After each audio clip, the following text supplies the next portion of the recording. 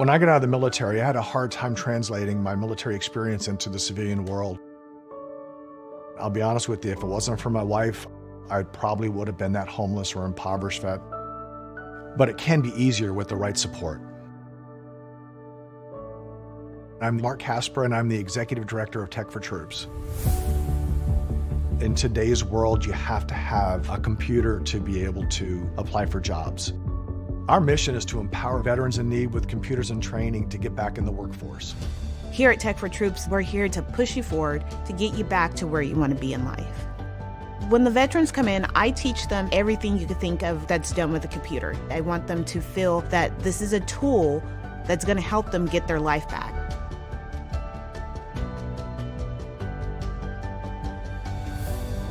I went into a kind of a deep depression. Eventually, I lost my job and I was out on the street. The computer was able to connect me to the web, and I was able to start putting resumes out. And you have to have these small building blocks to get from point A to point B. I'm not worried about employment anymore. The need is great, and we want to be able to support our veterans across the nation.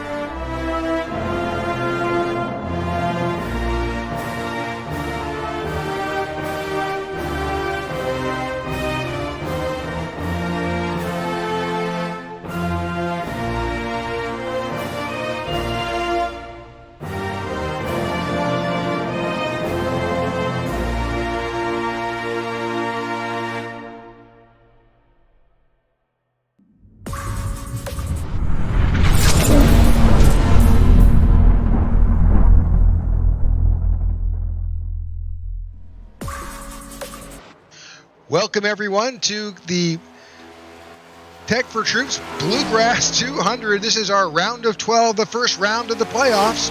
And thank you for tuning in to the IWM Broadcast Network. This is Rick Souza, joined here with my co-host, John DeRudris. And, John, we're expecting some great racing here in Kentucky.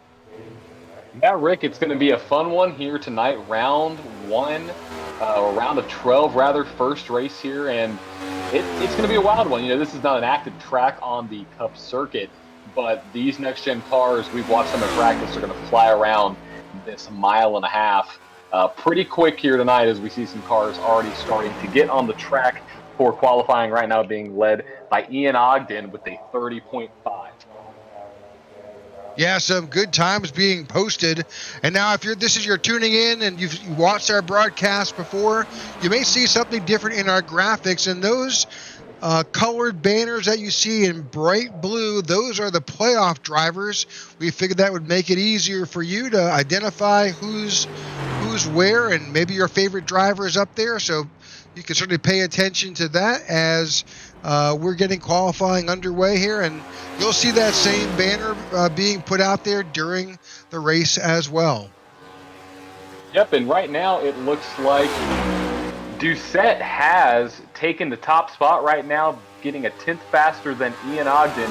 And, you know, Doucette is our regular season champion, and we have been able to see him really perform well all season long. Looking to see a strong run here from him as well in that number 11 machine. But his teammate, Mr. Barletta, actually just took the top spot in qualifying. You know, we talked about Harley a lot. He was very close to getting some wins this season. And who knows, maybe Mr. Barletta can seal the deal and possibly get a win. Absolutely. So I guess once our overlays come back up, we will let's talk about the keys to tonight's event. Absolutely. So the keys to tonight's event, first is to find your line. So here at Kentucky, it is a very interesting track. Turn 1 and Turn 2 are a little bit different than 3 and 4. So finding your line and being able to move and figure out where your car best works at a particular time of the race is going to be number one. Number two, you want to make sure that your corner entry is solid as well. You can get yourself in trouble here, just like at Nashville when it comes to corner entry, to be able to get into the corner and make sure you're going in the right way so you don't tear up your car, which basically goes into my third key, which is you got to save the right front tire. You cannot run a race at really any mile-and-a-half track with a worn-out right front tire. So that is the third key to the nice race. Whoever's going to be able to do that is going to end up at the top spot. And right now, Hermaz Castro has become the pole sitter, I believe. Qualifying is about to end here in about 20 seconds, but I think almost the entire field has qualified, and Castro, looking right there, that ONR number 25 black and yellow Camaro should be your pole sitter, which he's looked really good all season, Rick. He sure has. So let's talk about the point standing and where these drivers are. Currently, we can take a look and see where we are at here. Absolutely. So Joey Doucette is your current point leader. He won the regular season championship, which put him above the rest, adding 15 points to his total, with Hermaz Castro in second, Christopher Howell in third, your reigning champion, Ryan Pittman in fourth, Alonzo King fifth, Carlo Bartoletta in sixth, and the rest of the field 7th through 12th. Now, got to remember, if you win, you're into the next round. You're into the round of 8. So it doesn't matter if you win in the first race of the round of 12 or the second race of the round of 12. If you win, you're moving on. So it's good to get a win early to be able to secure your spot into the next round. So maybe a Shootman or a Berube can get a win and secure their spot. Maybe a favorite like Doucette or Castro or Howell can do that as well. But, you know, at 133 laps, anything can happen, especially at Kentucky. Absolutely. So right now we're seeing that the drivers are gridding up, and we will hopefully be under green momentarily. So looking forward to an exciting spot. Let's talk about the track and where we're at tonight. So the race information we've got here, John, we're in Kentucky. We're in Sparta. And we've got relatively mild temperatures, 75 degrees on track, 71 overall in the air. It is a little humid at 36%, but partly cloudy and really no wind to think of. Yeah, and you know what that's going to do is that is going to provide with good racing conditions. The track is in fairly good shape, nothing too hot. It's not going to be really slick out there, so I don't expect, knock on wood, don't expect to see a lot of single car spins coming off the corner. But what I will see is a lot of green flag stops if we do go green. You can go about 30 to 33 laps on a tank of gas here at Kentucky with 60% fuel. So that means you have to pit at least 3 times to make it around, possibly even 4 times if you can stretch it out or have a caution go your way here at Kentucky to be able to make it around and potentially win. But yeah, I mean, great conditions for a good first race of the playoffs for the Tech4Troops Cup Series. And looks like pace car is about to roll off. Rick, we're about to get underway. And, somebody's in the grass already. Looks like they may have found reverse gear right there. Yep, it looks like the field has yet to go. And we're off. There we go. Okay. All right, so this is the formation lap. We'll get these guys gridded up. And speaking of grid, why don't we go through the grid? Let's do it. So, for tonight's Tech4Troops Bluegrass 200, brought to you by Tech4Troops 1111 Veteran Project U-Haul and EPI, your pole sitter for tonight's round of 12, race number 1, playoff races. Hermaz Castro with Christopher Worrell in second, Christopher Howell in third, Harley Barletta in fourth, Alonzo King in fifth, Joey Doucette starting in sixth, your regular season champion, Ian Ogden starting in 7th, Luke Bullard in 8th, Jeff Nani in 9th, and Andrew Surrick rounding out your top 10. John Ledger in the 19 is in 11th. Ryan Pittman, another playoff driver, is in 12th. Joey Thompson in 13th. Marco Berube, also a playoff driver, in 14th. William Mann Jr. in the 29s in 15th. Ty Bostic, playoffs, in 16th. In 17th, Sean Shipman in the 37. 18th is Evan Amick. 19th, Brad Previtt. 20th, Pete Woodrum. 21st is Travis Murgaard. And 23rd is David Watts. Alrighty, Rick, here we go. Round one of the playoffs about to be underway. Once they get to the Geico restart zone, they're going to take off. Green flag racing in the air here in Kentucky. And the 25 and the 8 battling hard already, trying to get a good run down into turn one. So this is a track of that certainly for a lot of drivers is a mystery as to how to run this. Do you run the high line? Do you sweep through it and come back up and use that low line? I think it's just a matter of how you like to run your race. I mean, look at right there. Oh, Hermes Castro a little bit loose. It's just a matter of how you like to run your particular race here. You will find drivers going into the high lane, a low lane, a mix of both, maybe diamonding the corners a little bit. But what you'll also notice is drivers like Hermes Castro all the way up in the high line like he's showing right now, which Ricky's been doing all season. So it's a matter of where you're comfortable, and he is very comfortable riding the rim. Well, there's certainly a lot of, you've seen a lot of changes already in tonight. There's a lot of jockeying for a position. These guys are taking advantage of the fact that this is a relatively wide track, and you can run 2 and 3 wide relatively easily. I've seen 4 wide as well. So this certainly gives you a lot of options, but with any track, there's going to be tire wear is always going to play into it. And it's up to these guys to pull up. Oh, car on the wall in the back. Yep, there we go. Our first wreck of the night. That's the 08 of Pittman and the 29 of William Mann Jr. Looks like that is going to bring out our first caution of the night. Yeah, unfortunately, the 08 is a playoff driver. That's Ryan Pittman. And maybe let's take a look at just what caused that yellow flag. Let's try to get a far chase side shot on that. Of course, these guys that's the 40 of Nani running with the 29. 49 was definitely loose. Oh, yep, wrong place at the wrong time for our playoff driver there. The 08 just kind of got caught up in it, Rick. Yeah, we'll give you one last look. We'll show that. We show that from the 08's driver cam. Let's look at Ryan here.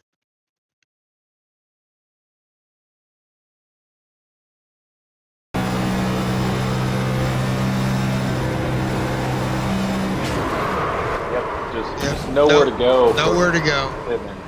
Yep, and good thing is we do have a quick repair. I mean, obviously you don't want to use that on lap 4, but Pittman has that available to him, and it's just a matter. Sometimes, like I've mentioned before, in some races, sometimes you're the bug, sometimes you're the windshield, and that time Mr. Pittman was the bug. He got kind of smushed. But hopefully he's back in the race. He still has a good car there, and he's always finds himself up in the front. But Rick, this is a caution. This is our first caution of the night. So this means it means question time, trivia time for all of our listeners out there. So our first question for tonight is, what year did Kentucky Motor Speedway open?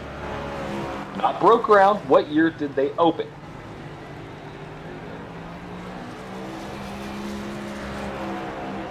Well, let's put that out there for our listeners and our watchers tonight. Let's see who comes back with what. We'll see. See if Angelin chimes in with her fancy Google skills.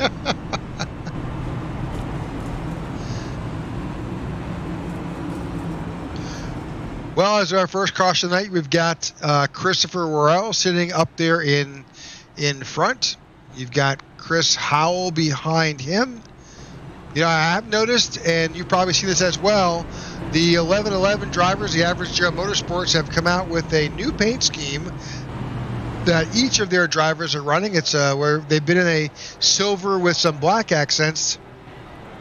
It's now a tone-on-tone black with some color features. So pretty cool paint schemes that they're running. You can see Christopher Howell's paint right there with the red accents in that 88. Yeah, I mean, it's really cool. It's a good look, and it definitely provides a unique perspective, because if you've been following us all season long, like you said, Rick, they've been in those brighter colored cars, the silver, the white. Now they're all in that dark black two-tone scheme, and you're able to see, you know, which driver is which based off of the number, based off of the top of the car as well. But yeah, fancy schemes there from the 1111 guys. But also, as you're noticing, you're probably seeing those yellow banners and the yellow spoilers on the cars. Those designate playoff drivers. So if you see anybody with that yellow banner across the top of the windshield or across the back spoiler, spoiler rather, those are playoff drivers. Now, there are a few drivers that do not have that are in the playoffs, but we will note those once they come into screen. But right there's a good look of Ogden and Barletta showing off their lovely schemes. Yeah, and if you do look at the leaderboard or the cross, the ticker across the top, those playoff drivers are in blue. All right. Figuring that pace car is going to cross this start-finish line, and we're going to go to 1 lap to go. Yep, we should. You know, this is should be a fairly strong race when it comes to people being able to hold their line, mainly because it is the track is not slick at all. It's a very, very good day for racing. Its track's only about 75, 76 degrees, which provides for a lot of grip, not much corner exit spinning. Obviously, if you wear out your tires, you're more susceptible to that. But I'm expecting some really good racing here once we get maybe 10, 15 green flag laps on these tires, and the tires start to wear out, and we'll see who is going to be the best. I think that's going to be kind of number 4 to my tips for the race. Who's going to be able to preserve their tires all around and be able to save them the longest without burning them up. Right now, you have a lot of strong contenders up in that top 5, top 10. You have Ogden, you have Bullard there, you have Serwick also in that mix. You have Alonzo King as well. And, you know, all of these guys really in the top 4, they have all won races. Really the top 5, they have all won races this year, with Howell leading that bunch. Well, right, my bad. With Doucette leading that bunch and Howell and Castro right there, we should be getting a fairly strong race from all these guys. But Rick, it looks like the pace car is about to drop off. Yeah, looking forward to seeing what the fall off will be with these tires over time. So, all right, we're about to get restarted here. Car's about to enter the Geico restart zone, and that will be Christopher Worrell. That will be the control car on the restart. Yep, and green flag is out. Here we go. And he is off. I don't blame him. I would take that jump from the beginning, get a little distance between you and the guys in front of you, and figure out what's actually going on. You have a tight battle between Alonzo King and Christopher Howell there. Alonzo King moves to the bottom side of the track, trying to get around that 88 machine. 88 cuts down in front of him. That's a battle right now. As we're 3 wide. Oh, Jeff Denis was in the wall. He's held it up there. Hopefully he stays up there and doesn't come back down. There's also battles right there behind between the 43 and the 81.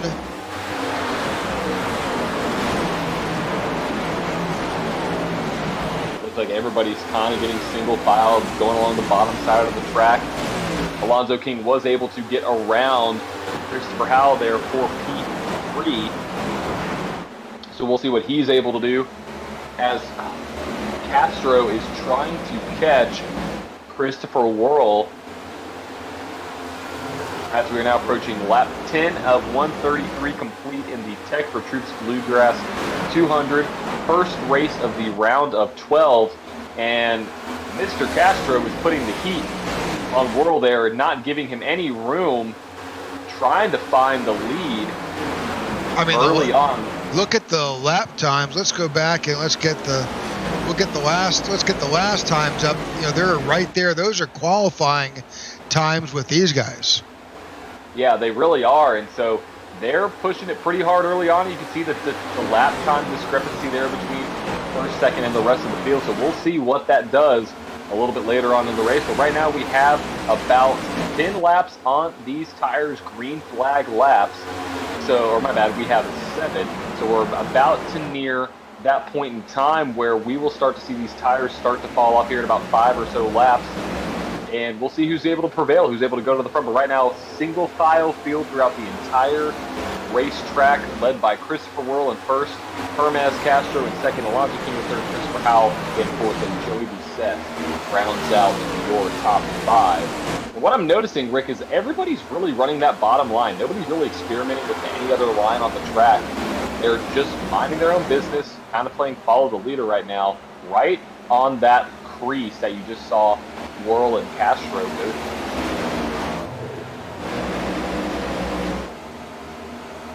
Yeah, absolutely. So I'm really expecting to see Hermes Castro, like he's done all season long, exploit that high line on this track and see if that works for him. If it may not, but he has been the first driver to typically run that high line and make it work. He really has, and it's been able to prove big dividends, especially here in the early and long run, because if you run that high line, you're able to preserve some tires, and really it takes a little bit of nerve to run up there. You have to have some pretty thick skin to be able to run that close to the wall, but we know Hermes has been able to do that all season long. Right now, we still have some battles going on track. You're looking right now at the 88 of Howell and the 11 of Doucette, your current leader, your regular season champion, right behind the reigning champion of the Tech4Troops Cup Series. There's Mr. Howell there out of Moyock, North Carolina. He's looking for a good run. He had a good season towards the end of the regular season, a little bit of a slow start. So he was able to bring home some wins. Same thing with Joey Doucette. Joey Doucette has been running up front all season long there in that number 11 Veteran Project Camry. So they're all running tight-knit, but it looks like Alonzo King has caught the back bumper of the 25 machine and has now brought him into the picture to maybe grab this lead. So Alonzo King came into the season a little bit late, but made the playoffs, won a race at Richmond, and now he's been able to prove that he's one of the best in the field. Yeah, this is a bumper-to-bumper battle with these three drivers, Chris Worrell, Hermes Castro, and Alonzo King. They pretty much have gotten at least a pretty good jump, but don't look too far back because just fractions of a second behind, Chris Howell, Joey Doucette, and Ian Ogden are right there hunting them down. Yes, they are. And look, there we go. We got a move from Hermes Castro. Don't know if he's able to get it done, but he is very aggressive early on. We know Hermes, he knows how to drive. He is a very aggressive driver. He's not afraid to put his car into places where other people won't. So expect him to be able to put a good move on the field. He has kind of found a slightly different line that has paid dividends by about 5 or 6 hundredths of a second faster than the 8 of Worrell. It has, and we'll see how that affects the 25 as this race goes on. But right now, he's been able to tuck right to the back bumper of that number 8 car. He gets into the wall right there. Same thing with the 80. They both get into the wall. Here comes Alonzo King to the bottom side going into turn 3. We'll see if he's able to make the pass. 80 kind of contact. Yep.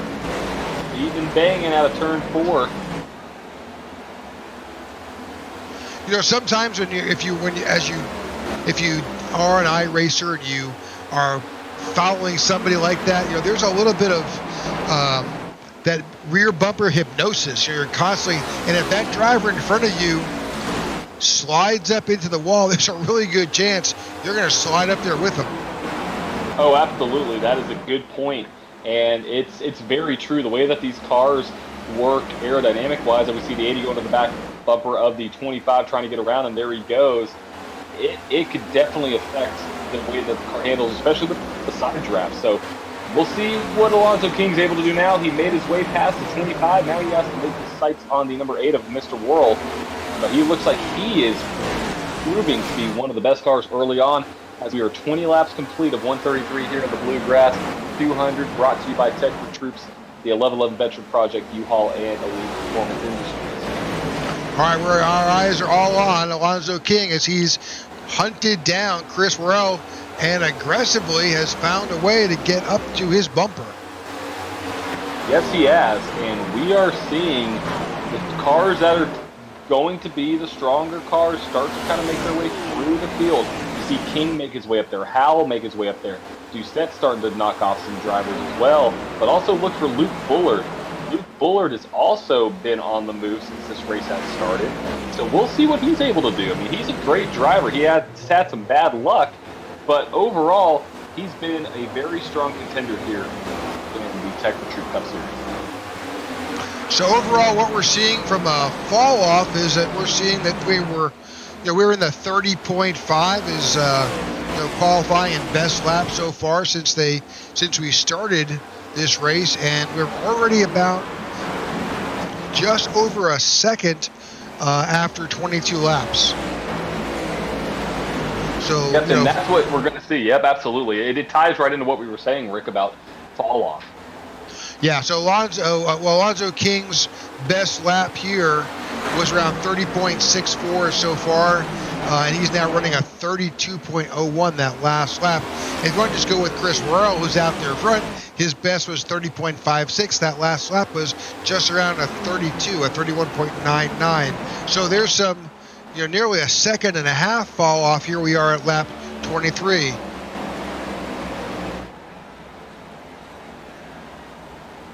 And right now, Alonzo King is still right in there with Mr. World. They are not separating, as you see, different entry points for both of those drivers. You see the 8 backs up the corner a little bit, where the 80 dives in a little bit harder, and it still provides a great drive off the corner, especially in 1 and 2 for the 8 machine. We'll see what the 80's able to do. But it looks like the 80's kind of going down, wrapping the corner a little bit tighter on that yellow line, where the 8's keeping it up where that dark crease is. But right now, Alonzo King's in the draft. He's going to look down to the bottom side of the 8 going into turn 1. 8's going to give it to him. Oh yeah, contact. He wanted a way around him. He basically took it. So we'll see how this works out. And we'll go back, and there may have been an incident on track with Ryan Pittman again. We'll let this battle finish out here, and it looks like it's pretty close now. Alonzo is definitely moving out to a 1 or 2 car lead over Christopher Worrell. Let's see if there's any information here on what happened with Ryan Pittman. Yep, let's see. There's Nani, and there's a 19 of John Ledger.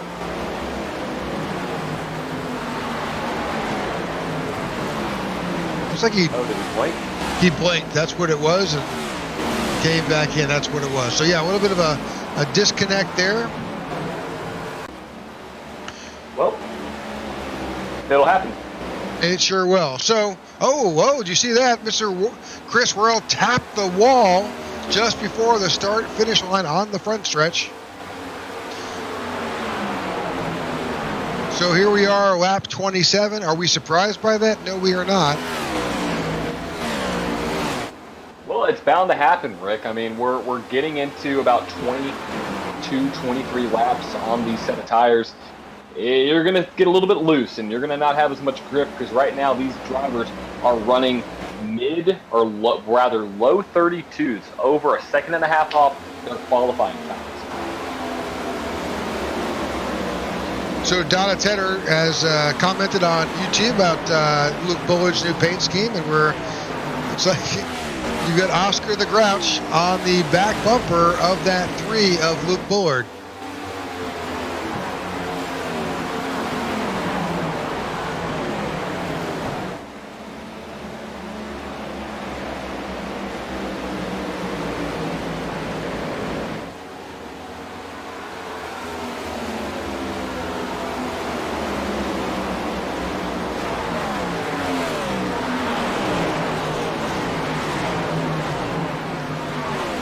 Rick, we are about 30 laps complete. Alonzo King has remained here in the top spot for now, with Christopher Worrell slowly fading back, with Castro in 3rd, Christopher Howell in 4th, and Joey Doucette in 5th.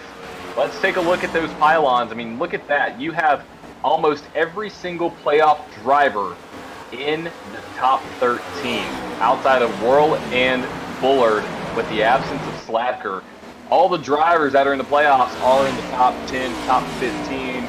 So that means that you cannot lose spots. You've got to race everybody in every position like it's really, your laps. You got to say every man for himself. And so right now, Pittman, even though he had that setback early in the race, hopefully he's able to get back up and make his way up to the front.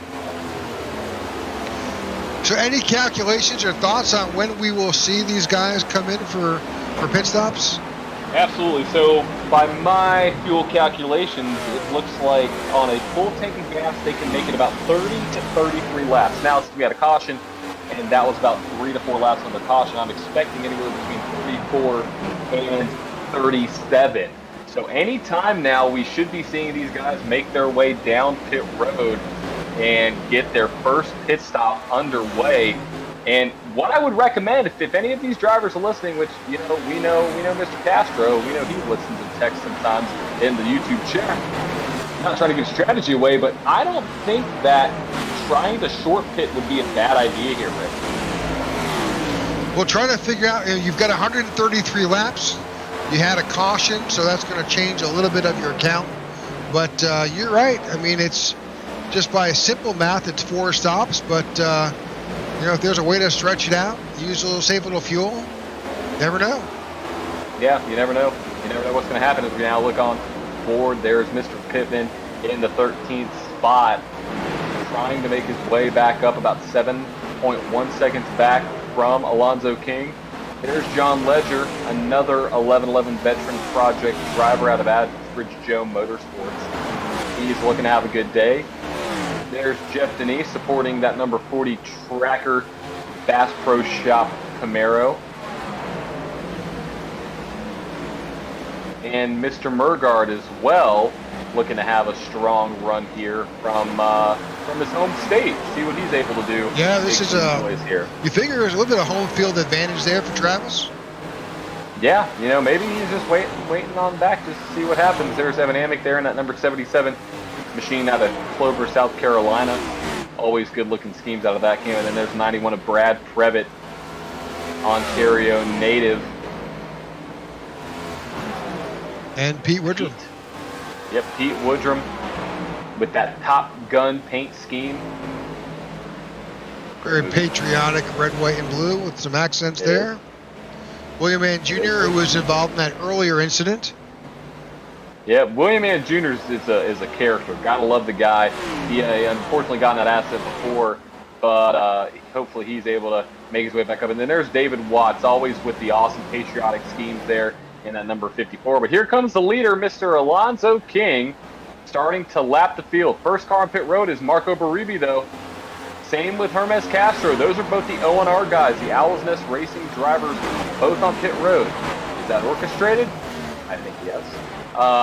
Makes a lot of sense. But there comes Mr. Castro on lap 36. So my window was about correct on that number.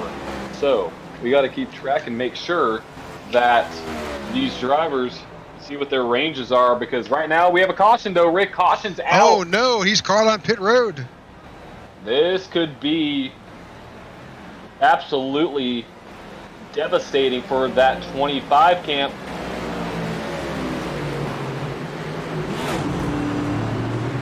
He's going to go a lap down.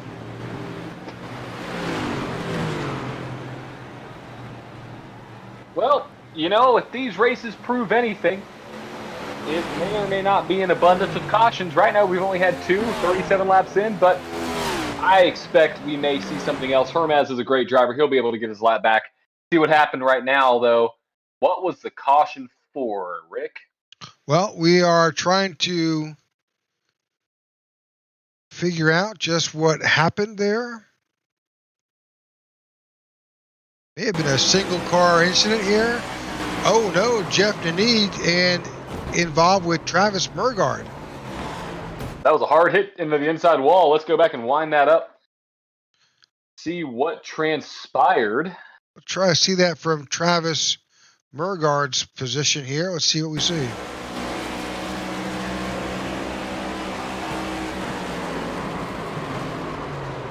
That's unfortunate.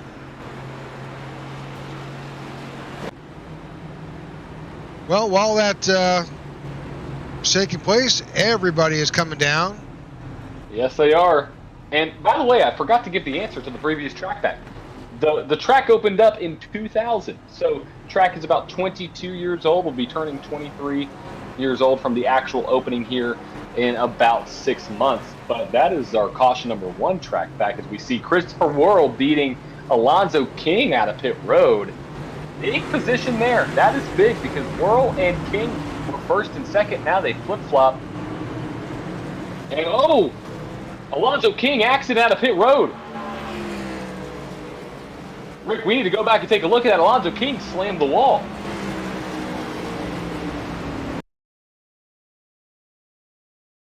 Let's take a look at that, see what we can see here. Maybe get a better look at just what happened. Let me change camera angles here. Focusing on Alonzo King coming out. Oh, yep, let's back that up and build a bit, see if we get a better angle.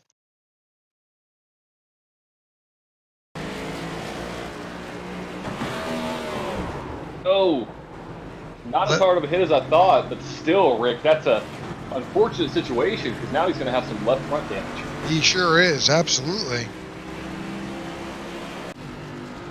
And in fact, he's coming down pit road right now. Yep. My guess is he may be getting, I mean, it didn't look that serious, but maybe a quick repair? I don't know. Maybe some tires. Let's see what that left front does. Oh, no, right there. He uses quick repair. He was like, I am not taking a chance. I'm going to make sure my car is fixed. Let's get going on. So, I mean, that's probably a strong move, probably a solid maneuver there. Well, just for your information, coming off the racing surface onto pit road, getting a stop, and then getting off pit road is about a 49 second cost. Oh, well, that makes a lot of sense. Well, he's going to be at the back of the field now for sure, which is going to shake up this running order. It sure is. Let's take a look and see where we are at right now. You've got Chris Worrell sitting on top and in first right now in first position. You've got Christopher Howell, Joey Doucette, Harley Barletta, Ian Ogden, Andrew Surwick, Ty Bostic, Sean Shipman, Ryan Pittman, and John Ledger. That's your top 10. Right there, barking at that 10 spot is Evan Amick, Pete Woodrum, Travis Murgaard, Brad Previtt, Luke Bullard, William Mann Jr. Alonzo King is sitting in 17th position. David Watts, Hermas Castro back in 19th. He is, I guess, back on the lead lap because he stayed out. And Marco Burby is in 20th.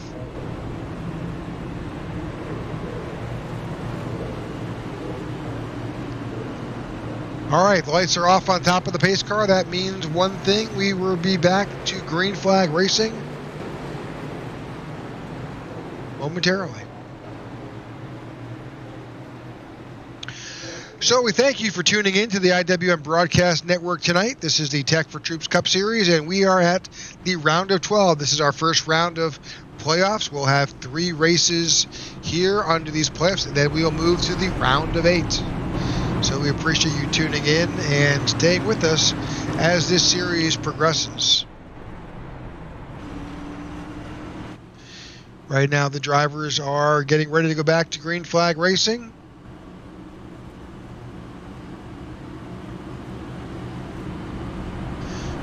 Chris Worrell is sitting down there. He's got Christopher Howell on his outside. He is absolutely surrounded by the Average Joe Motorsports on his outside, behind him and all around. The 88, the 81, the 11, the 21. They are surrounding Mr. Chris Worrell on this restart. Pace car has dropped off. We are about to go back to green flag as the driver is about to enter the Geico restart zone. We're watching Chris Worrell. There we go. Looks like he backed up that low line just a tad, causing that line to check up a bit. Same thing happened on the outside. That gave him a huge advantage on these fresh tires to jump ahead of these guys. We're watching everybody behind him because there's, with anything, with a restart, there is fresh tires, fresh speed, opportunities for disaster. So Right behind the 8 is the 11 of Joey Doucette, followed by Christopher Howell in the 88, the 21 of Ian Ogden, and the 81 of Harley Barletta. That's your top 5. All right, Rick, it looks like the field is starting to make its way through turn 1 now, and the field has been shaken up. You know, King is trying to make his way back up through the field. There's the 3 of Luke Bullard, the 25 of Hermas Castro. Both of those drivers making their way back up. Castro did not go a lap down, Rick, so that's a good thing for that 25. 3 wide, 3 wide. Yep. A lot of so dicing and weaving. So your 2 leaders previously, the 25 and the 80, are trying to weave their way back up through lots of traffic, and they're not waiting. They're trying to get through and back up quickly. And it's going to make it tough, though, because they can't run their line this far back. They've got to kind of work their way around others. Yes, they will. And unfortunately, that does tend to put yourself in a little bit of peril here, because you know you may be pushing drivers up into as you try to work your way around them into spots that they're not comfortable. So there's always a little bit of chance for disaster. Yeah, that's for sure, Rick. Especially since right now, look at the tight racing between the 3, the 29, and the 80 right there, as well as the 19. All of them battling for position. No one giving an inch. Hermas Castro up there, he's moving his way up through the field, and there's Alonzo King now trying to get around William Mann Jr. There we go. No, you know, he's already used his fast repair, so he cannot afford an incident here. No, not at all. He's going to have to be careful and make sure he uses his moves and uses the ability that he has in that car wisely, where he doesn't make a bad move. And we are almost 3 wide. We are 3 wide. Yeah. Yeah, there's William Mann Jr. getting a little loose right there out of the corner. And then there goes the Alonzo King machine of number 80 past the 19 as well as the 29. So Alonzo King trying to make his way back up there, but look at where that 25 car is. He's all the way up in that high line, making it around, trying to make some moves, as we see Joey Doucette making a move on the number 8 machine up in the front. They are all nose to tail with Christopher Howell there as well. So you have Howell, Worrell, Doucette, all battling for position for that top spot down in turn 1.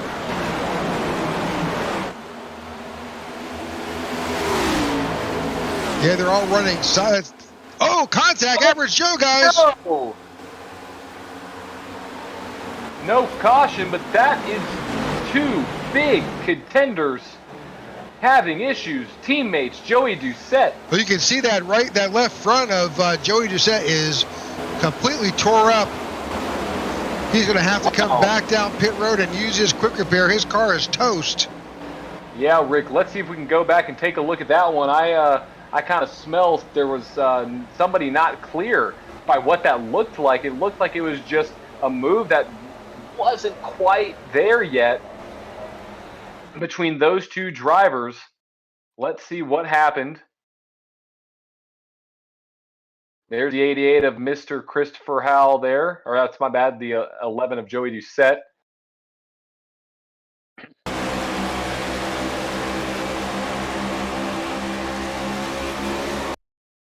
Oh. I think Chris Howell may have gotten a little loose. So just kind of. Possibly. Let's see what happened here. They're up against the wall. Looks like he's loose for sure, and comes down and collects his teammate. Just a matter of inches. That's a hard hit with the 11. It is. Same thing with the 88. And those are the 2 of your top 3 playoff drivers. Rick, those are big names having issues early on. And we'll see what they're able to do. But right now, Christopher Worrell was like, see you guys, I'm going to check out. He is now leading the field by over 1.5 seconds with now Harley Barletta. Now let's talk about him for a second and look at that back pack. You see a lot of these drivers up here. You know, Barletta has a great chance to win a race. He has been up front all season long and hasn't really been able to get it done. Can this be the race that he's able to do it? He's up there in second right now, but has a hungry Ian Ogden behind him. Same thing with Silverway. So we'll see, but it looks like Christopher Howell's back up to P5 after that incident. Kind of surprising. I don't think his damage was quite as severe as what, I mean, frankly, Joey Doucette got the worst of it, but Joey Doucette has now gone a lap down. So. Yes, he has. Hopefully it's just that one, because that is your current point leader. That is your regular season champion, but that's why bonus points are a thing. And so with being the leader, you get, he's almost into the back of the 43. With being the leader in the points, you get a little bit of a cushion. So yeah, Alonzo King has now made it back up to 5th. He has, and this is going to give all of those drivers that are behind Joey Doucette a chance to make their way up in the points. Hermas Castro back up to 8th. Castro doing well up there, trying to make his way around some of these cars, but Alonzo King has been proven to be the faster car on the longer run, and right now it looks like that is for sure the case, as we see him going down on the bottom line, trying his hardest to get around Zerwick there in 4th. Zerwick having a great run. He's right there at the cutoff line when it comes to the playoffs, so he needs a strong run to be able to get some points and maybe secure a win to lock himself into the next round. So we've got, that's lap 55, 56 now complete. 55 laps complete here. These guys last pitted around lap 37, so we're coming up around 20 laps on these tires. Sure, they're beginning to feel some fall off here. Sure, they're getting there. We've had pit stops on lap 37, 38, so we should be seeing some green flag pit stops coming anywhere between lap 69 and lap 75. That is the range I'm looking at here. And right now, you see the 21 going around his teammate, Mr. Barletta, for the lead. And what that's doing, right? Contact. Yep, that's the 81 of Barletta that tagged that outside safer barrier. Yeah, he hit that wall hard. I think he has some damage. He is sliding up the track. Maybe not good for that 81. Another 11-11 veteran project.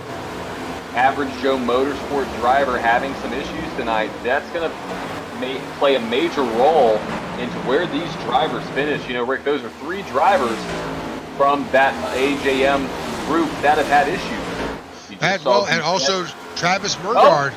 We're picking in the back. Andrew Zerwick got turned. Caution is out, our 3rd caution of the night. As the sun sets on Kentucky, we'll go back and take a look at this replay. Zerwick drifting up the track, gets into the 3. Yeah, I think that, so just watching the 3, he is running that line. He's not really making, if you're watching that scene, but you'll see the 43 begin to drift up here. Yep. 3 is holding his line. The 43 is drifting up right into him. And there's contact. And here comes Harley Barletta. Yep. I think it was just the 43. Yeah, a little bit. Oh, just tight. I'm guessing at that point that it's just tires were worn out, and the car just drifted up. Yep. Look at Hermas Castro getting a little loose, trying to get around that. And the Cookie Monster on the back of Luke Bullard's machine had a nice view at that one. Just notice that Luke Bullard has the Cookie Monster on the back of his car. Yeah, I think it may be Oscar the Grouch. Is it Oscar the Grouch? My bad. I don't know why I thought the Cookie Monster, but yes, you are correct. That is Oscar the Grouch. I'm mistaken. I need to educate myself on Sesame Street. Well, that's what happens when you're you're not there yet, you will when you have children. You'll figure it out. So. That is correct, Rick. That is correct.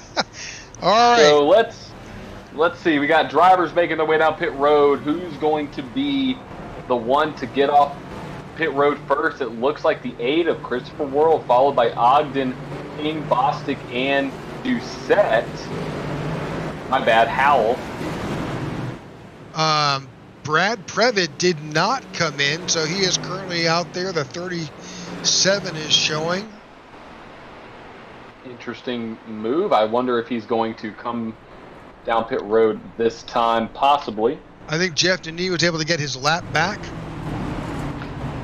I believe But he will also need to come down pit road. He last pitted on lap 36.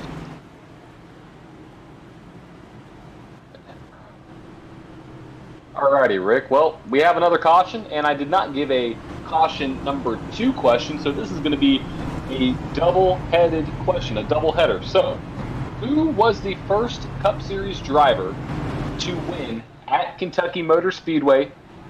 And part 2, what year was the inaugural race? So, who won the very first race at Kentucky Speedway, and what year was that first race at Kentucky Speedway? Double-header question. If you know Kentucky, you know some drivers. You can probably guess who would be good at a track like this. Not giving any hints away, though. A wide mile and a half?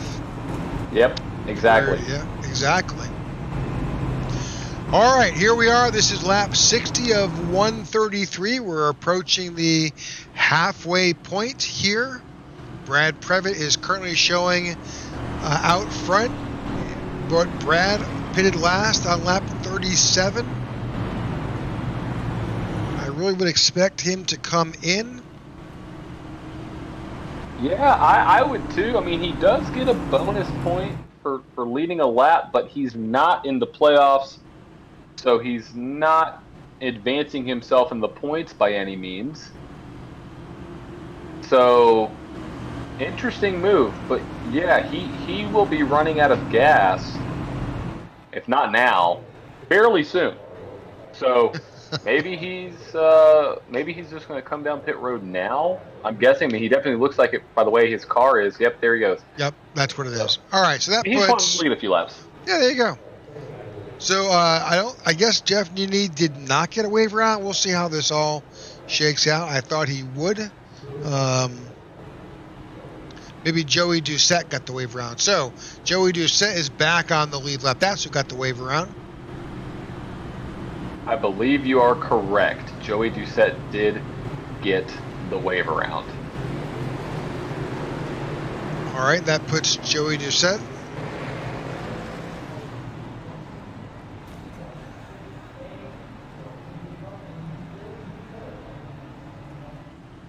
He's back there in P17.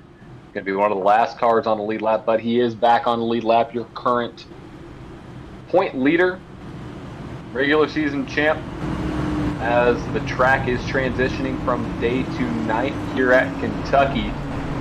We may see the lights on the track.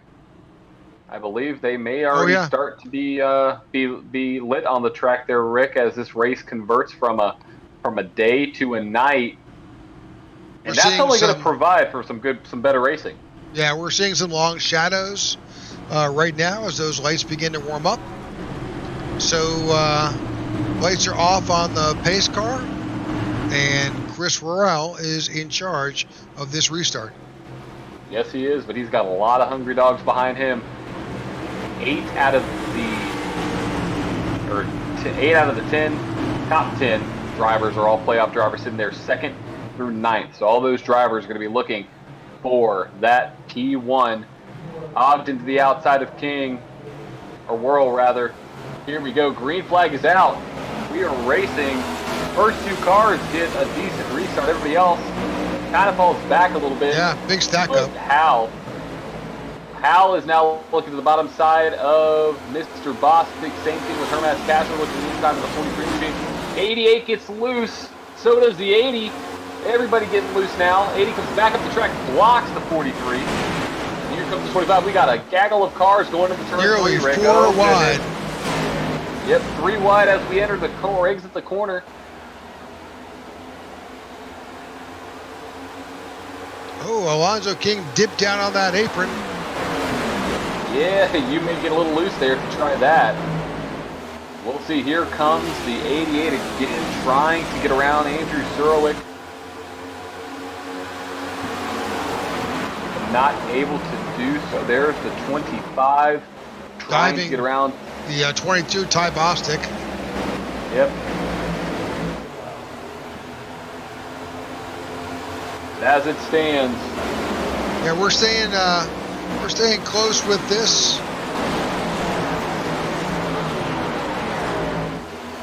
Absolutely, this is where the action is on the track. Well, there's a little contact there. I thought the 43 tapped the safer barrier. I could be wrong. Could be wrong. That 43 does not want to give up that position to the 88, but it may be a little too late for the 43 to defend, as the 88 is now alongside, and that is for P5 they are battling for, and looks like the 88 is able to pass. The 43 is going to take his sights now on Luke Bullard, who is in 4th. Here comes Surowick. Oh, Surowick tapped the wall, but he's still able to get a run off on the 88. Almost tapped the 88. That was pretty close.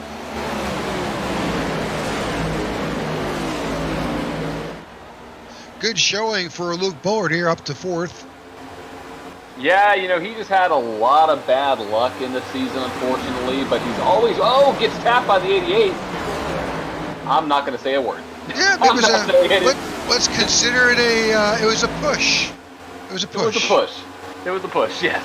But Luke Bullard always showing really good speed and always proving to be one of the best and make his way to the field. And hopefully, I'm just going to keep my mouth shut about anything. I'm just going to switch topics. I saw him hit the tag the wall.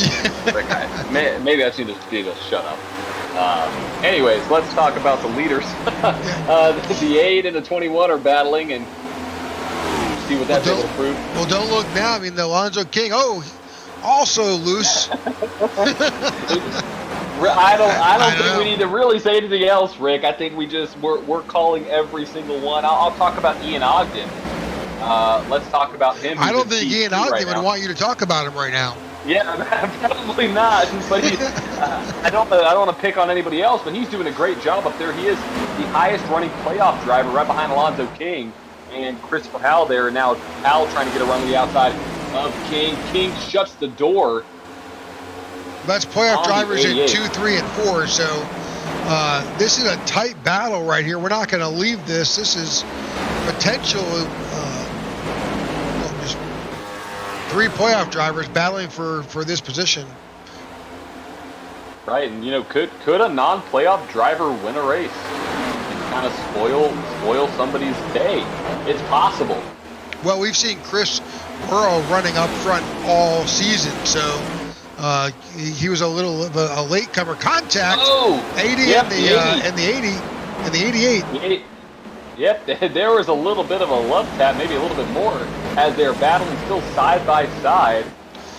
I don't think Chris Howell wants any more contact on that left side of that car. I don't think so either, just due to that incident with his teammate. He's like, see ya, I'm trying to get around, trying to go to the front. And the 80 tries to tail him, going around Ian Ogden there on the high side. A little close racing there. 80 dives it down deep. Gets a great run in the middle, though. Look at that run that the 80 was able to get. Trolley's already going around. Contact again. More contact. Well, Rick.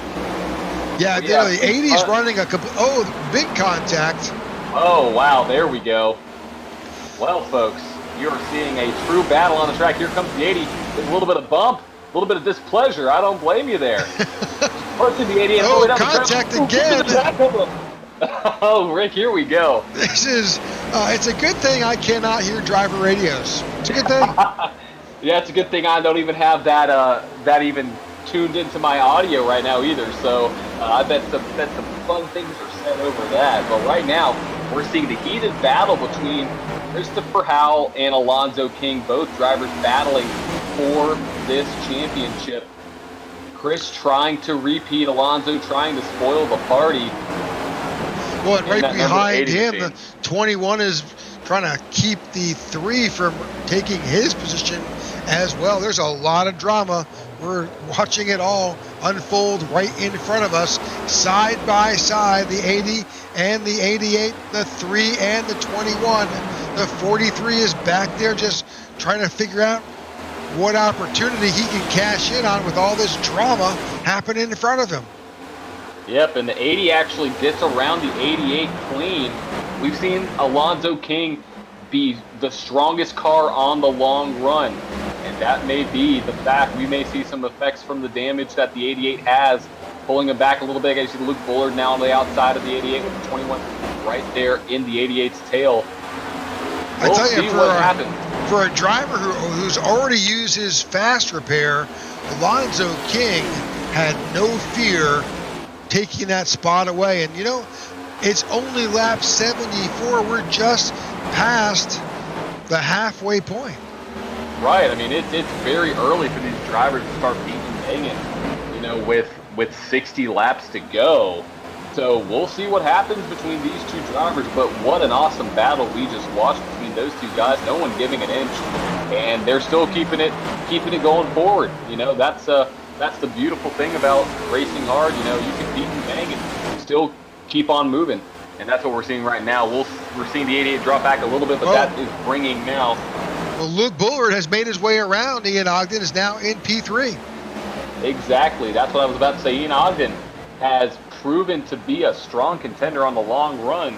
So we'll see what Ian's able to do. Also, just remember, I got to answer the trivia question. So, who was the first Cup Series driver to win at Kentucky Speedway and what year? Well, if you answered Kyle Busch, you were correct. And if you also answered 2011, you would also be correct. So, if anybody out there was thinking that in their head and didn't put it on to one of our chats, well, you're correct. So, Mr. Kyle Busch, who's going to be driving the 8 next year, actually very reminiscent of what that current number 8 looks like out front, the number-wise. It's going to be interesting to see what Kyle Busch does there in RCR. Oh, I'm absolutely looking forward to that. I think it's going to make a huge difference for the Richard Childress teams, for sure. It sure will. It sure will. Right now, Alonso King is slowly gaining on that 8 machine of World Air now, down to just under 4th into the second, with Luke Bullard in the trail, Ogden in 4th, Sherwick in 5th, Al in 6th, Barletta in 7th, Hermas Castro in 8th, Ty Bosick in 9th, and Joey Doucette rounds out your top 10. 11 out of your 12 playoff drivers are in the top 13. That just proves how good these guys are. So we're jumping back a bit, focusing a bit on Joey Doucette as he climbs back up through the ranks after that earlier incident with his teammate that caused some major damage on that race car. Him just getting around the 08 of Ryan Pittman, and has his eyes set on the 22 of Ty Bostic. But Hermas Castro right in front of him, he is definitely trying to get up. He's now worked his way up to 6th. He is, and he's trying to get around Christopher Howell there, and I believe he is going to successfully do that. So Howell is falling back a little bit. That may be the effects of the tires and maybe the effect of that damage that he received when him and his teammate Joey Doucette got into a little bit of action. But looking back, Doucette's made his way all the way up to 10th. Yeah, so I mean, I think we're on lap 80. They pitted last on lap 58. So you've got a solid, 20, 22 laps of racing on those tires. Yep, it's gonna come into play, and we're gonna see some pit stops probably within the next 10 to 15 laps, maybe a little bit sooner. We'll see what's able to happen as these drivers start to battle side by side. And Bobby Gibson on YouTube says, "I'm back, guys. I'm glad to have you along, Bobby. Good to hear from you. Good to have you a part of the watch party per se on YouTube." You missed a great battle between the number 88 and the 80 of Alonso King. Great battle. If you missed that, if you're just tuning in, go back and watch that about 10, 15 laps ago. Those drivers were battling door to door. Probably one of the best battles we've seen all season, Rick, I'd say. Absolutely.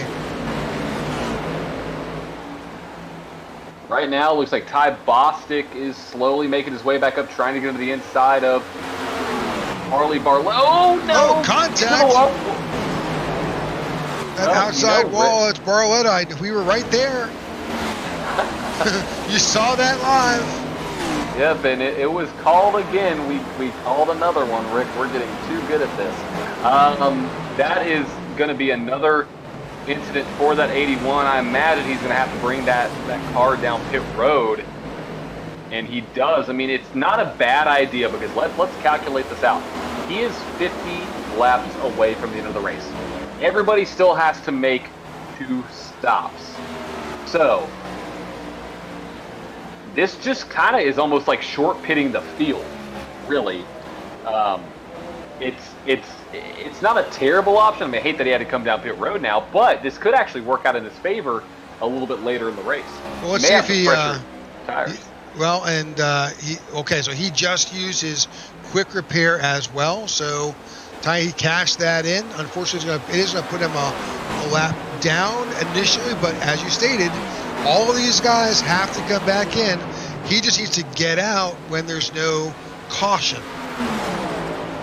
Yep, and by my calculations, he will be coming down pit road on lap 117, which is going to make him roughly about 16 laps to the good once he gets back on the track here when he comes down pit road the next time. So he has about 30 to 33 laps on this particular tank of gas, and like we were talking about, this thing may go green. I mean, we've seen this race transition from day to night.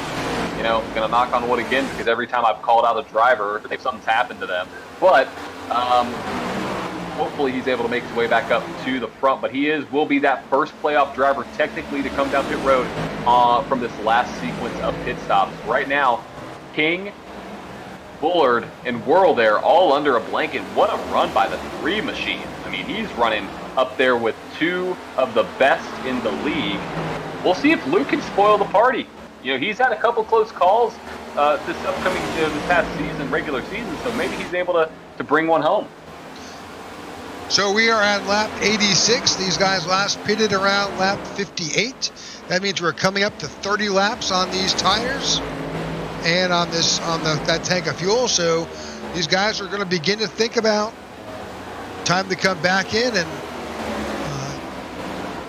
get some new tires, get a full tank of fuel, and get to that next milestone, which should be around lap 100 or so. And now from this point forward, once they refuel and put new tires on, they've got only 47 laps to go, so they could pit at any time once they get past that halfway point. Yep, they can, and it's gonna come at some point in time. We've seen some battling going on. You see Hermes Castro all the way making his way up to P4 now. Do set up to P7. Who's going to be the next taker? I mean, right now we're looking at pit stops coming within the next 3 laps. We are 30 laps on this tank, on this set of tires. I calculated the runs are going to be 30 to 33, so we're going to see some stops. Who's going to be the first one? Who's going to be the first one to make that pit stop? If that calculations are correct, you pit on lap 90, you have to come down. Yep, so Luke Bullard in the wall a little bit. Yeah, and that's indicative of the fact that those tires are worn, and he was running that aggressive line with those guys of Worrell and King in front of him, and it was easy. That car just to push up. We'll see how he comes up here again, a little wide. So, if I'm sitting in Luke Bullard's shoes, I am watching these guys in front of me, hoping I can get a clue as to when they're going to pit and try to pit with them and get my car back in shape. So they are right now, that's lap 90. That's 32 laps on this set. Yep, so we should be very, very, very, very close within the next few laps getting these drivers down pit road onto their pit cycle. Now this is a kind of track where you actually you've got to back it up a little bit as you're coming out of 3 and 4 to make your way down onto pit road, so you should get a pretty good indication of who's coming in. You absolutely should, and it's gonna prove here very shortly. We'll see who it's gonna be. Also, just to make note, Castro has narrowed his gap between him and the leader by about 0.5 of a second here in the last 5 laps. So we'll see what he's able to do. Well, nobody looks like. Yeah, you got the lap car of that's the 91 right there, of Brad Previtt, who is allowing the leaders to dip under him. He's staying high. I believe he is, and Of course, that 25 of Hermas Castro has caught the 3 of Luke Bullard. He has, and he is possibly able to get around it, but there he is. Here comes the 25. Back up through the field. 41 to go. Right now, these drivers are pushing 35 laps on this tank. Do you think, So, can they get to a point, John, where they could basically do this on one stop? Sure. They could. They're going to have to stay out probably for another 4 laps. It's going to be close. We'll see who's going to be one of the first takers. But right now, with 40 to go, they have now gone technically 35 laps. It'll be 36 laps once they hit the line next time on this tank of gas. That is not quite enough to make it to the end, but could they stretch it out more? It's going to be close if this goes green. You know, we haven't had many green flag stops this season. We have had a few, but we'll see what happens as these drivers start to make their way on pit road. There we go. Alonso King, first taker, onto pit road with just under 40 laps to go.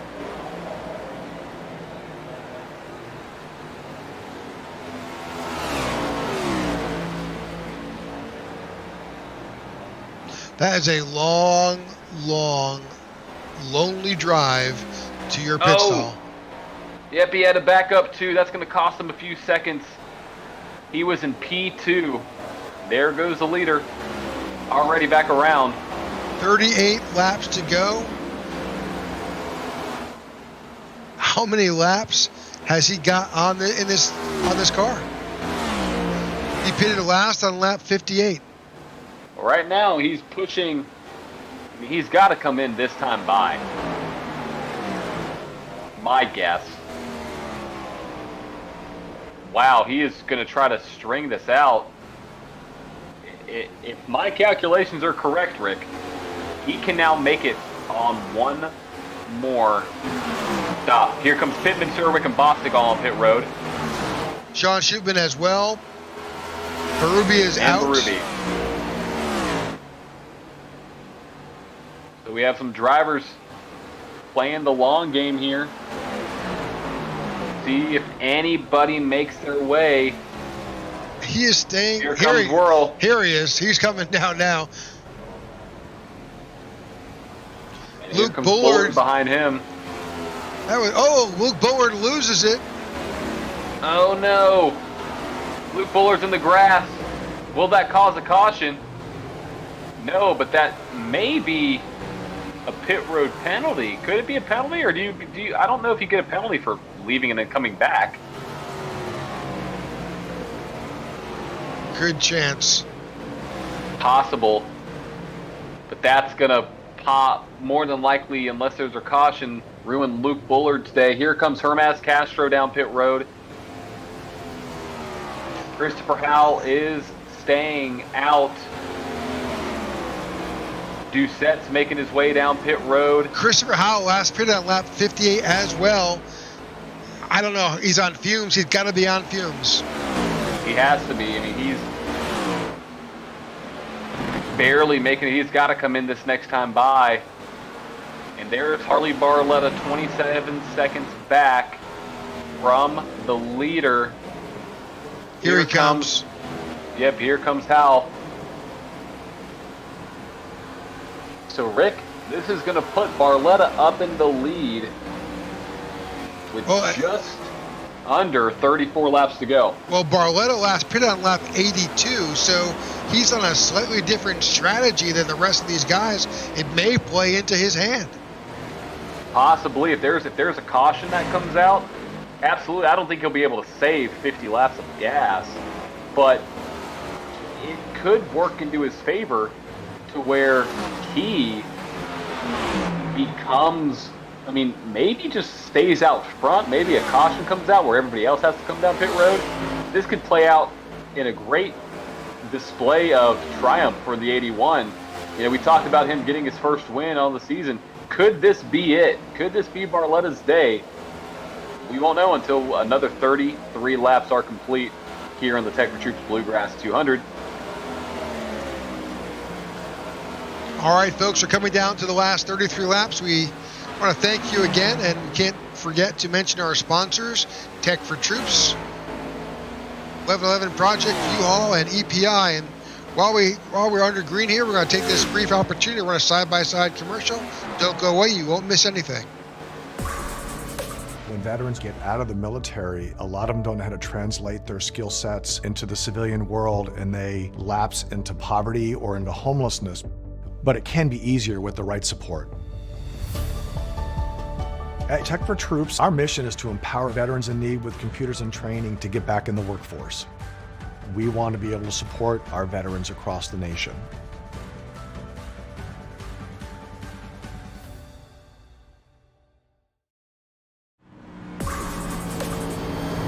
All right, welcome back to the Tech4Troops Bluegrass 200 round of 12, first event on our playoff here. We've got Harley Barletta out front in the 81.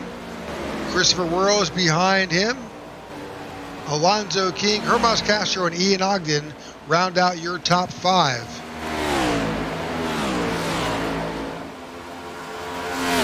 Again, as I was earlier mentioning, we want to thank our sponsors, Tech4Troops, 1111 Project, U-Haul, and EPI.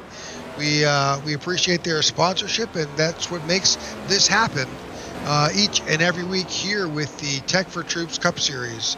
And we thank you for tuning into our event. We appreciate whatever stream you're watching us on, YouTube, Twitch, or Facebook, and we ask that you like and follow so you can stay updated to any one of the events that we've got here on Wednesday night. We also cover a Super Speedway League on every Tuesday night. That's the Super Speedway Kings. And coming up on January 22nd in the afternoon, 3:30 Eastern Time, we have a 500-mile event at Daytona for the Jimmy Crow Senior 500. So stay tuned for that. Tune in and watch some of the best Super Speedway drivers challenge that track, and it makes for interesting 2 and 3 wide racing at Daytona. Yes, it does. They never disappoint over there in that league. They've done great things on that side of things, so that'll be an exciting event to watch. Right now, the current event that we are looking at these Tech4Troop Cup Series drivers with Christopher Worrell out front, with Alonzo King in second, Harley Barletta in third, Hermas Castro in P4. What is King able to do? What is Castro able to do? Are they able to potentially make their way up through the field and get a win? Or will Worrell win and possibly have it to where we may only see 2 drivers win to get in to the playoffs? Well, that opens up every single spot again. So even if you're in last, that still means you are into the next, well, not in the next round, but that still means you have a chance, and same thing with the cutoff position. So Christopher Worrell doing a great job here tonight in this Bluegrass 200. Hopefully everybody's able to make it with nobody run out of gas. But right now, the gap is about 0.7 of a second to P2. Alonzo King is right on the bumper of Chris Worrell. It's that 0.2 is nothing, but behind him, Hermas Castro is pretty far back. That's a pretty big gap, but but he's right there has made his way past Barletta and Ogden, and right now you're going to have Worrell, King, and Castro up front. Yes, you will, and it looks like Joey Doucette is still going to be the last playoff driver in order here tonight. He is back in 14th place, battling alongside Luke Bullard and his teammate there, Christopher Howell. Not the days they were hoping for. Certainly not the contact amongst teammates either. I mean, it happens. It doesn't matter who that car is. It just sort of happens. Certainly not intentional, just a racing incident. But you know, makes for sometimes, as you said, some days you're the bug, some days you're the windshield. So. Absolutely, and some days you get into it with your teammate, and that it is what it is. So, but the good thing with those two drivers, though, Rick, they are both in the top 3 in points. So, as long, nothing, they're pretty much secured into the next round by bonus point perspective and by everything else going on. So they have a large gap on the rest of the field. We have a lot of action going on right there between the 3 and the 88, but they're pretty much, not 100% guaranteed, but they have a good buffer where they could have a bad race and still make their way into the next round. So right now we're seeing 23 laps to go in this event with Christopher Worrell in first, Alonzo King in second, Hermes Castro in third, Ian Ogden in fourth, and Ryan Pittman rounding out the top 5 for tonight's event. The gap has grown to about a second over Alonzo King. Oh, car on the wall. Who was that? Was that the 19 of John Ledger? I think it was. Yep, some damage on the outside of the 19. And contact with the barrier on the outside here, if you've ever driven it with, well, for sure in the iRacing simulation, it's like glue. You hit that outside wall, it just sucks you back and sucks you in. Yep, and it's just almost, you have nowhere to go. So let's see, we'll take a look on board here at the 88 machine. On board here, seeing what he's able to see out of that 88 car. You could bring that back up just a second. Sure. So you're on board. Oh, we got a great run on that 43 of Andrew Surwick. That's for 7th spot. Yes, that is. And there comes Luke Bullard right behind them, too. See that white and red car enter the picture in the mirror. But Howell's able to clear them coming off the corner.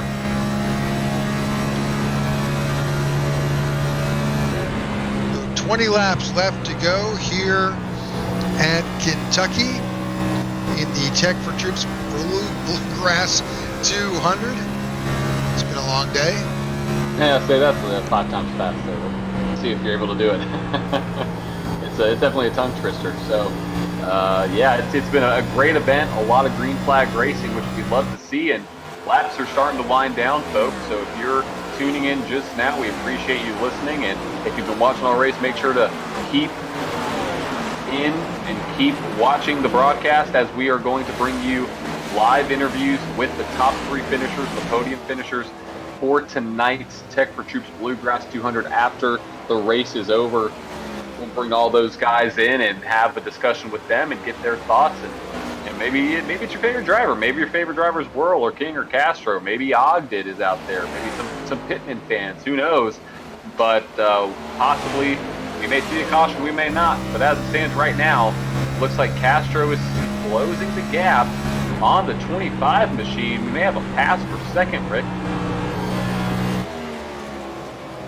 Oh yeah, tight battle. And Hermas Castro gets her out, but Alonzo King slides down below to work and try to get that position back. Yep, the crossover definitely worked. Here comes the 25 again, trying to get around that number 80 machine, see if he's able to do it. Nothing this time. But right now it looks like with 17 to go, that gap is still there. Here comes the 25 again. Great run out of turn 4. side by side. Now, the more they do that, I think I know what you're about to say, but I'll let you take it away because I think we're saying the same thing. Yeah, so the 25 of Hermas Castro's tires are about 4 to 5 laps fresher than Alonzo King. He came in on lap 94 early. Yep. Hermas Castro stayed out and got slightly fresher tires. Yeah, that's exactly what I was thinking too. So we're going to see if that plays a role into this.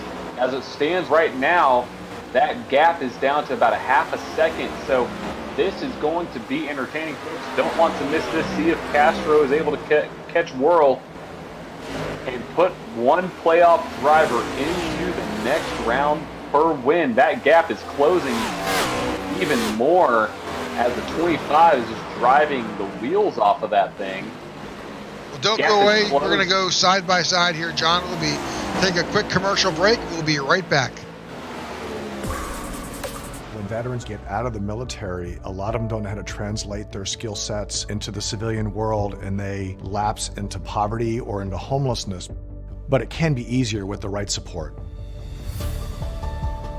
At Tech4Troops, our mission is to empower veterans in need with computers and training to get back in the workforce.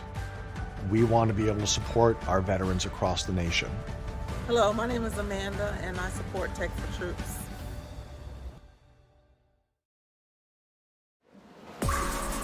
All right, welcome back. Oh, just an incident right here. The 25 got into the back bumper of the 8 machine and got him around into the outside wall. Did he save it? He saved it. He did. You probably heard me say, holy crap, Rick. Well, that was what I was saying. I watched that on my other monitor here.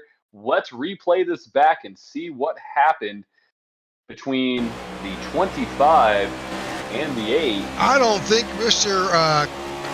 Worrell is going to like that contact.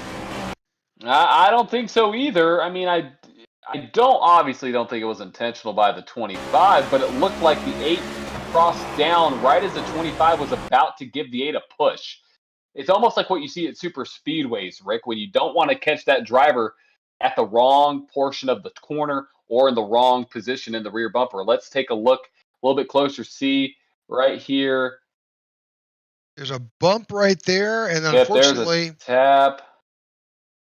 It unsettles, and then there's more contact there.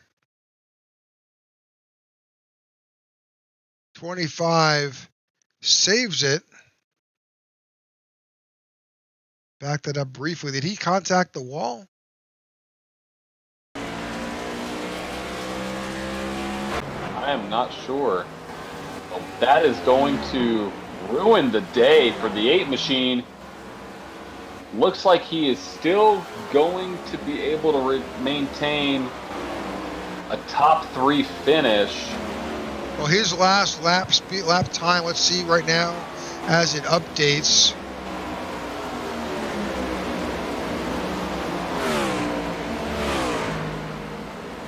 Was a 32.79. His pace is not really that far off, but it sort of has been affected, and unfortunately, just from a position step, just kind of moved him back.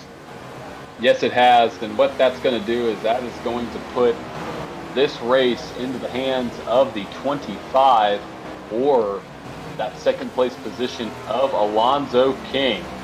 Right now, the gap is not as close as it was, but it's still there. Castro trying to take home the win. 1.6 seconds is the gap from first to second. Two fastest cars on a long run. Go ahead and go through the field, Rick. Yeah, we're just going to kind of walk our way back to the field. There's Chris Worrell after that incident with Hermas Castro. Ian Ogden.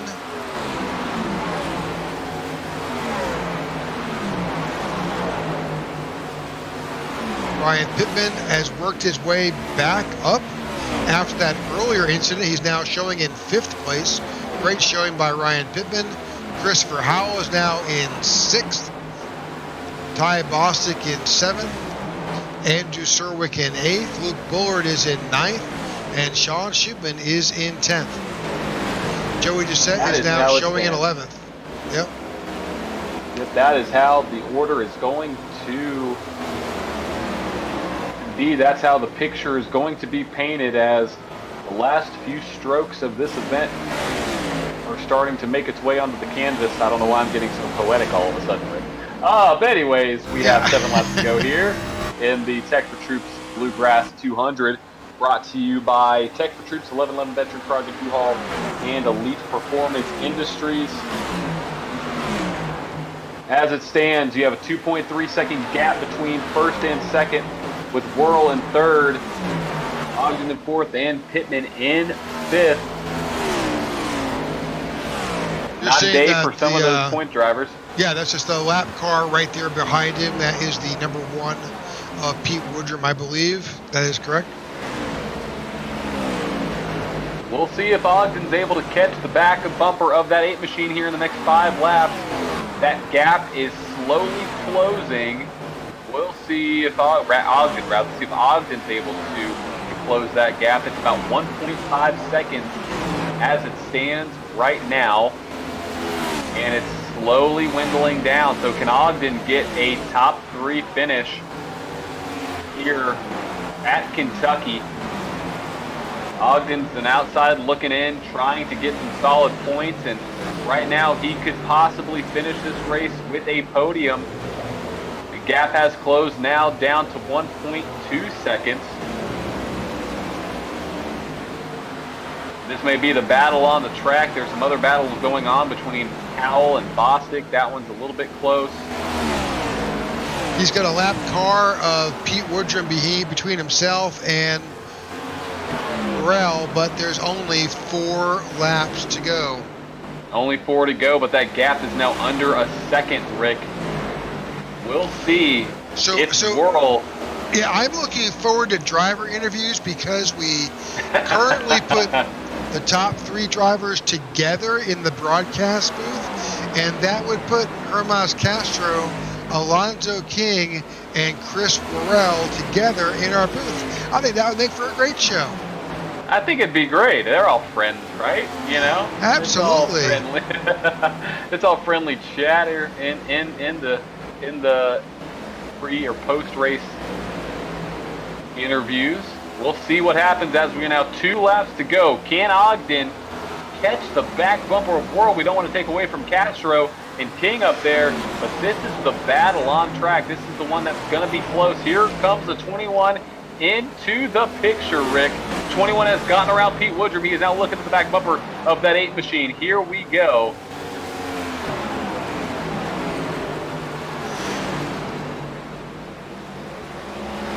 Final We're about lap. to get the white flag. There we go, Rick. White flag is in the air. Castro with a 4.5 second lead right now on Alonzo King. Can Ian Ogden get around the 8 machine for third? Ian backs it down, trying to get a run off the corner. Not able to get it done in turn 1 and turn 2, but he's right there on the bumper of the 8 machine. Is he able to get it done in 3 and 4? We're able to see. Here he goes to the bottom side of the track. Dives down deep. Rick, I think the 21's able to do it. 21's going to take the 3rd spot away. Castro wins. King's in 2nd.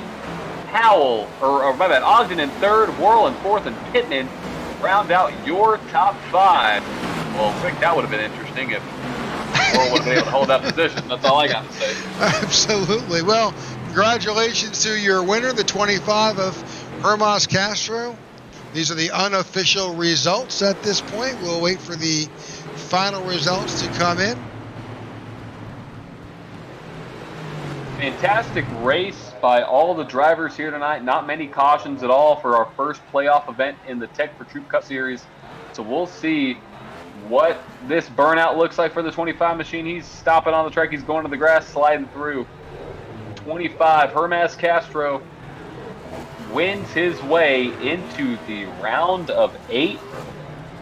We will see him in the next round. Obviously, he's going to be a part of the next 2 races, of course. But here are your unofficial results for tonight's race. Hermas Castro in 1st is your winner. Alonzo King in 2nd. Ian Ogden in 3rd out of HAM, your highest average Joe Motorsport driver. with Christopher Worrell in 4th, Ryan Pittman in 5th, Christopher Howell makes his way back up to 6th, Ty Bostic in 7th, Sean Schubin in 8th, Luke Bullard in 9th, and your current, well, maybe not be current, after this race, point leader, Joey Doucette, rounds out your top 10.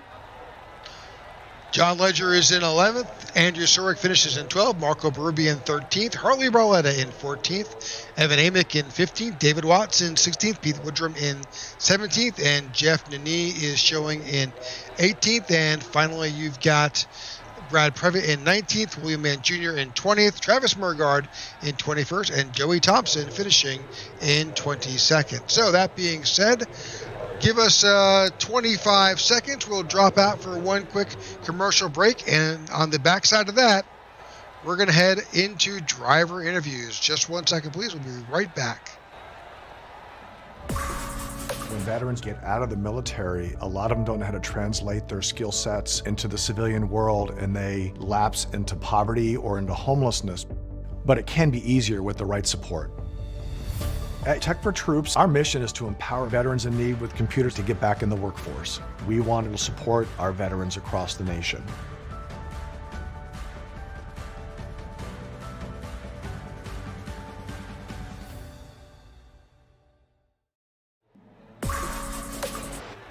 All right, welcome back to the IWM broadcast of the Tech4Troops Bluegrass 200 round of 12. The results are in, and we are about to bring in our drivers for some interviews. First in tonight is our 3rd place finisher of Ian Ogden. He's joining us momentarily here in the broadcast booth. Ian, congratulations on that smart and that charge, that late charge at the end to get P3.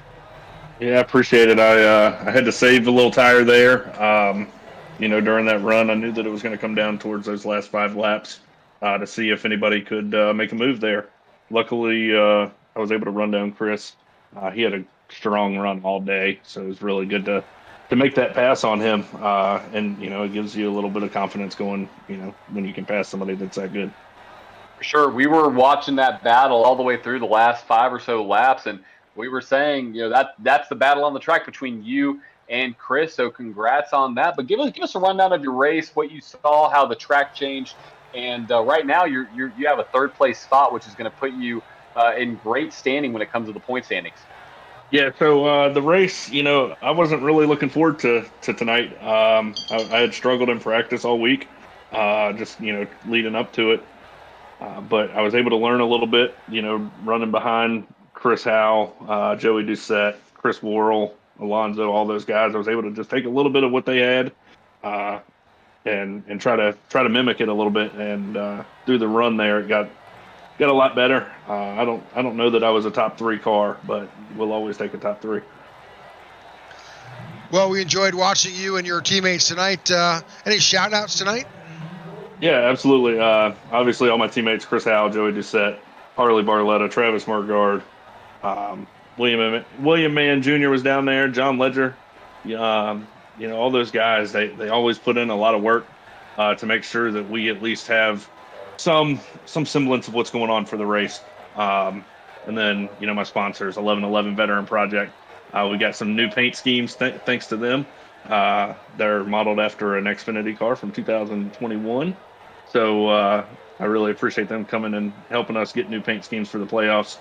Racing for Heroes, and who else we got? Oh, Tech4Troops. Yeah, I actually spent some time with Tech4Troops earlier this week, so it's good to have a good run and be able to go see those guys and talk with them a little bit. That's great. So if you could hang with us, we're going to bring in the rest of the podium finishers. I think Alonzo King should be up next. All right, sounds good. Alonzo, welcome to the broadcast booth. Congratulations on your 2nd place finish. Oh, hey, thank you. Recorded there for a second. Wish I'd have got good. passing. Yeah, we were watching that all night long, and you were up at the front. You had to make a charge back up through the field. So give us a rundown of what happened throughout your race, what you saw within the track changing. Just give us a rundown. The big thing, the track, it seemed like the entry in 3 it was changing all the time, like throughout the runs. And you just had to find that spot to get it to go down to the bottom and hug that bottom and rotate enough to where you can come off without pushing out to the wall. I messed up on that first pit stop when I came out. I was talking to my daughter, and I actually shifted into first and hit the wall coming out of the pits. So that's why, I restarted in the back. I went down and got the fast repair. After that, I was like, well, it's game on from here. So, well, yeah, you can you watch the replay. We did catch that, and yeah, sorry, things happened. So, yep. So, but I don't know how Castro saved enough fuel. I mean, we did that pit stop. When I came out, I was 2 laps short. So I was like, all right, I'll just shut the car off at the beginning of the run. And he caught up with me. And when he passed me, I was like, he ain't got enough to make it to the end. I ran out going in the pits after the race. I was like, I don't know. There's some magic there because John, did he run 4 laps after Alonso? I think Alonso, you came in on lap 94. I think Hermas came in on lap 98. No, okay, that was probably it then. Yeah, so, but I was only like I was only 2 laps to the good when I came in anyhow. So I was like, this is going to be rough. So yeah. Well, we certainly saw a lot of fuel mileage happening. Definitely some fuel saving towards that, in anticipation of that last pit stop. So, right. So, well, it congratulations. was hard racing all the way through, and I loved it. So, yeah, congratulations on your P2 finish. That's going to be some good points as you make this playoff run for sure. Yeah, let's do it. I'm gonna have to put my rims green like old Joey Doucette. All right. So, any shout outs before we bring Mr. Castro in? Well, I want to give a shout out to Elliot. I want to give a shout out to you guys for broadcasting. Your broadcast is phenomenal each week. Even when I was penalized, I watched it. So, give a shout out to my team, Dark Tempest Motorsports, and that's all I got tonight. So. All right. Well, we'll take this opportunity to bring Mr. Castro into the broadcast booth. Mr. Castro, congratulations on your win tonight, and you also happen to be here with the company of your second and third place finishers, Mr. Ogden and Mr. King. Yeah, it was a good race. I just didn't want to pass him like that. I wish I would pass Chris cleaner. Oh, you talked about the incident with yourself and Chris Worrell. Yeah, I had to bring it up fast. It was I had a big run, and I don't know. I had a big momentum. He tried to block a little bit, and I kept it straight, and the bumper started turning. I was sorry. I didn't want to pass him that way, but overall, it was a fun race. Yeah, it was. Don't worry, Castro. I'll send you the $5. I paid you to reckon. No, it was. Go ahead, Rick. I was just saying it was a pleasure to watch you race tonight, and also there was times that you worked your way back up through the field. It was you drove back up and you put yourself into contention. But yeah, that unfortunate incident was there. But I think Chris said something about it after the race as well. But it's a racing incident. So yeah. Got caught a lap down pitting earlier, go from the back. Alonso did too, coming to the front. Yeah, absolutely. Worked out well. Save our tires and go through on. So earlier we heard Alonso talk about entry into turn 3, that you had to really hit that mark or it was going to really bite you. Did you see the same challenges with the track as well? Yeah, it gets tight very fast. You have to go to entry, turn 3, pretty precise, so it doesn't exit tightly. So I was fourth gear the whole way, so I didn't have problem with that.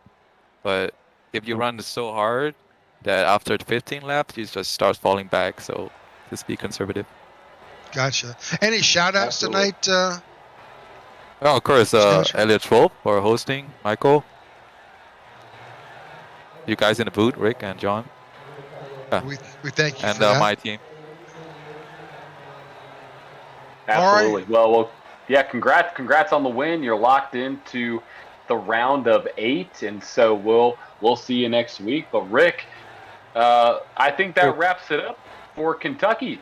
I mean, fantastic race by all the drivers, and What an awesome end to the race. Green flag conditions. We love that. There's before we go away, a couple of announcements to make. Fantastic. Ty Bostic wins the IWM Hard Charger Award for tonight. Ian Ogden, congratulations, you win the 1111 Vets Cleanest Driver Award. Luke Bullard wins the Dash for Cash Award, and Chris Worrell wins the non-playoff driver's purse. So there's a lot of awards to give out, and Chris Worrell does win the non-playoff driver's purse. I think that was $30 tonight. So. All right, so that's all we've got here at the Tech4Troops Bluegrass 200 in our first round of 12. Hermas Castro is our winner, Alonzo King in second, Ian Ogden is in third.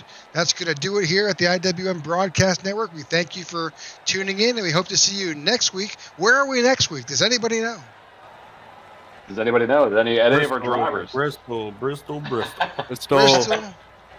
Well, there will need to be an over-under on the amount of cautions for next week at Bristol. Yeah, well, that my means daughter's there's a lot named of after that trivia. track, so I better be good. Yeah, I'm gonna go well. There we go, and the trivia is going to have to be abundant. I'm going to have to maybe find a lot of stuff to quiz everybody on. So, but that'll be a fun race next week. So make sure to tune in to same broadcast network, same time next Wednesday as we go to the second race of the round of 12 at the Bristol 2. I believe it's 250 laps around that tiny little track. So from Rick and from myself, John, and top 3 finishers tonight, we appreciate you watching, and see you all next week. All right. Good night, folks.